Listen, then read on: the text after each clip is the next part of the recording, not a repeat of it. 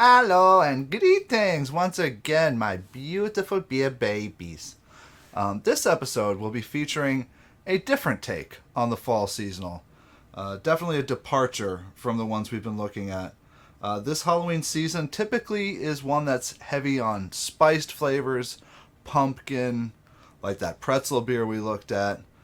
They tend to be spiced heavily. They're thick and resinous on the palate. This offering is certainly a departure from those, my beer faithful. I know you have faith. Gotta have faith, the faith, the faith. So, this one has a 85 on Beer Advocate. It's well liked, but it's not something that I hear a lot of people talk about this time of year. It's one of those beers that's kind of like Great Lakes has a bunch of offerings that are like beer nerd type beers. And for whatever reason, this one unfortunately doesn't get the love that a lot of the other ones do. So, who knows why? The ABV is only 5.5%, so that might have something to do with it.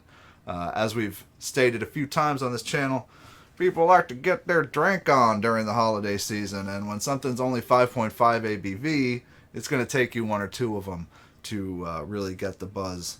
And honestly, I've heard, or read rather, a lot of different opinions about this. And apparently the acidity in this beer is pretty extreme for people who have sensitivity to acid. So really you can only enjoy one or two of these before it will start to literally give you like reflux. So I've read. I personally am fortunate that I don't have to worry about that. But, just a warning to you darlings. Just in case you decide to check this out based on my word, I want you to know that there may be some complications if you are sensitive to acid in your stomach. So, let's take a look here. I think that the way that this pours, you're going to be surprised by my beer darlings. My freshly washed Coca-Cola mug here. Yeah, when I first saw this, my mind exploded. I was like, that's a fall seasonal?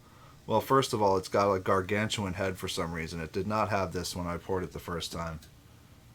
But you can see, look at that. It's got this pinkish hue to it. Maybe you can't really see it that well, but it's there. My beer babies. Look at that. It's got this really, really attractive color that I don't think I've ever seen in a beer before. I mean, there's certain shandies that kind of look like this, but they just, I don't know, there's something more, I guess, like fake about the way that they look. This looks like, yeah, Cran orange in a wheat beer. Like Blue Moon on steroids. It's weird though that the head is so big. I don't know what that's about. The first one I had did not have this giant head. So, but then again, I'm pouring it into a mug. The first time was into a Pilsner glass.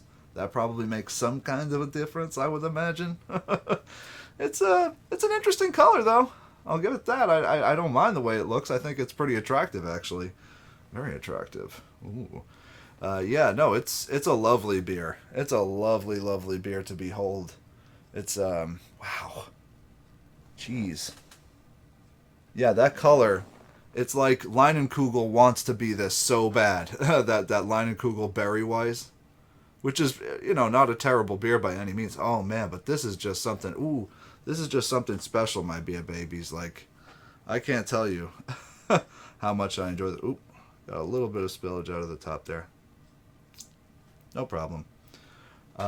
Ooh, the aroma is definitely sweet, but not overpoweringly.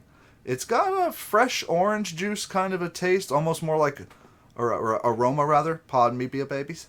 A little bit like orange essence, but not as strong. Let's give it a try, shall we? Here in the garden? Why not? We're here. We're talking. Let's try the beer.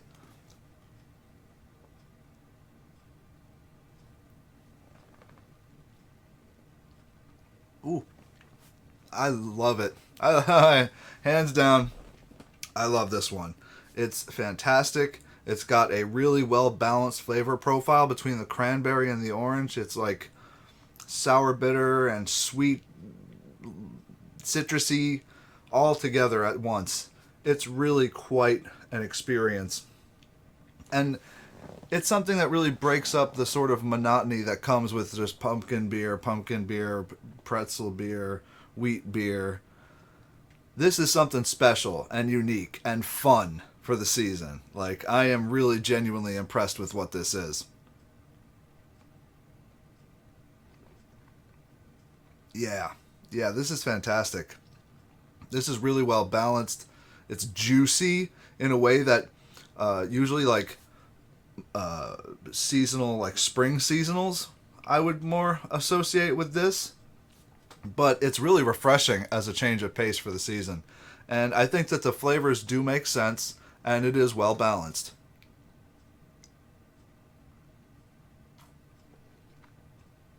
It's just like a kiss of hops that lingers. There's a little bit of it there. That's not really what this beer is about, though. So if you're like an IPA hop bomb lover, this is not for you.